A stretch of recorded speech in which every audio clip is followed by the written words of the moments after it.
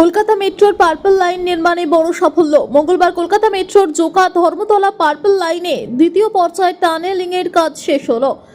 আজ মাটির ভেতর থেকে বাইরে আত্মপ্রকাশ করলো টানেল বোরিং মেশিন দিব্যা। 1 বছর আগে খিদিরপুরের সেন্ট থমাস স্কুল থেকে সম্পূর্ণ দেশীয় প্রযুক্তিতে তৈরি দুটি টানেল বোরিং মেশিন দুর্গা এবং দিব্যা পাশাপাশি টানেল খোঁড়ার কাজ শুরু করেছিল। প্রথম টানেল বোরিং মেশিন দুর্গা ইতিমধ্যেই তার কাজ শেষ করেছে।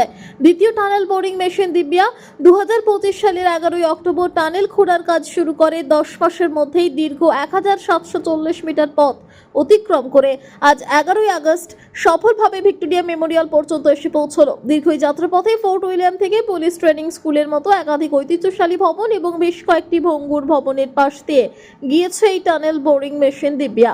মেট্রো কর্তৃপক্ষ আশাবাদী 2029 সালের ডিসেম্বর মাসের মধ্যে জোকা থেকে ধর্মতলা পর্যন্ত সম্পূর্ণ রুটে যাতায়াত করতে পারবেন সাধারণ মানুষ।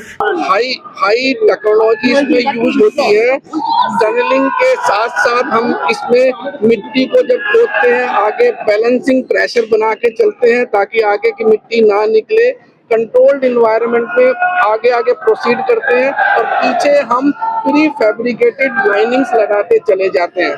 आपने यदि कभी पीछे देखा हो, बहुत गुड क्वालिटी की टनलिंग हम लगाई है। ये सारा काम एल&टी कर रहा है।